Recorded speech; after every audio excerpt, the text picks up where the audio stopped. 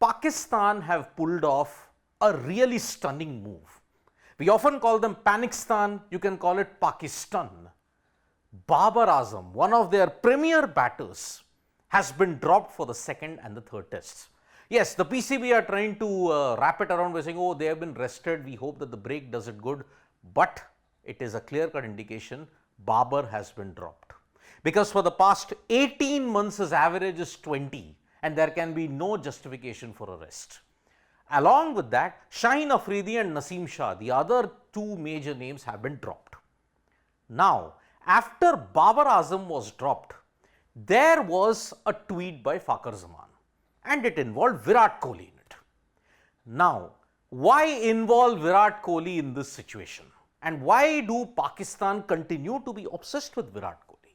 Because Fakhar Zaman stated, it's concerning to hear suggestions about dropping Babar Azam.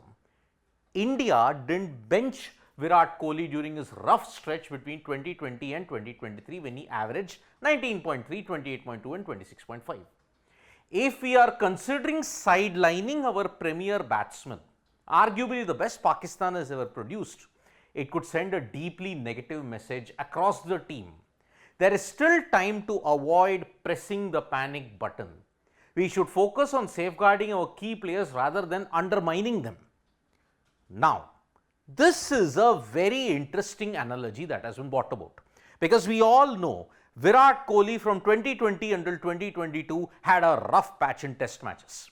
He still has not come up to the peak standards that were there pre-COVID. Now, just a glimpse of Babar and Virat's lean patch that has come. I have taken it from the year 2020 onwards until 2024. Babar Azam in 2020 was fantastic in tests, 67.6. That's when Kohli's slump started. 2021, 34.6, Virat Kohli 28.2, 2022, 69.7, 26.5. But then onwards, 2 years now, it's been a slump. 22.6 for Babar Azam, 55.9 Virat Kohli, 18.5, 31.4. Now, the justification, if you just have to look at this, yes, Virat Kohli had a lean patch for 3 years. Babar Azam is having a lean patch for 2 years. This is just red ball cricket I am talking about, not white ball cricket. Red ball because Babar Azam has been dropped from the test match squad. What is the justification? Is Fakhar Zaman right? Partly. The numbers don't lie. It's true. What has Fakhar Zaman pointed out is true. But it's only right to the numbers. If you look at the background, if you look at the foreground, Virat Kohli from 2012 to 2019 had one of the greatest years across formats by any player. Babar Azam couldn't even dream of getting there. Babar Azam, when you look at his numbers, are good, but it is nowhere near Virat Kohli. You look at white ball numbers, you look at red ball numbers, he's nowhere there. Look at his contributions even in the Sena countries if you look at it. Virat Kohli trumps Babar Azam any time of the day, be it the Sena countries. So, the numbers that he's pointed out, Fakhar Zaman is only partly right in it. But Babar Azam, when you drop him, it's an unprecedented situation with Pakistan cricket because who drops their star player? It's like Steve Smith has a 1-year lull. Australia decided to drop him totally.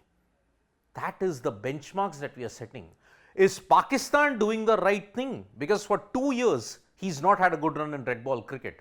His highest score remains 41 ever since the 161 that he hit against New Zealand. So, this is a major crisis that Pakistan is facing at this point in time. Fakhar Zaman's tweet, do you agree with that? One feels, in my honest opinion, IMHO, that Fakhar Zaman's tweet is slightly misplaced because the corpus of Virat Kohli's numbers from 2019 till 2013 is so staggering that somewhere down the line, he had to face a letdown. His average had to come down. But Babar Azam hasn't attained that level across formats. That is the problem.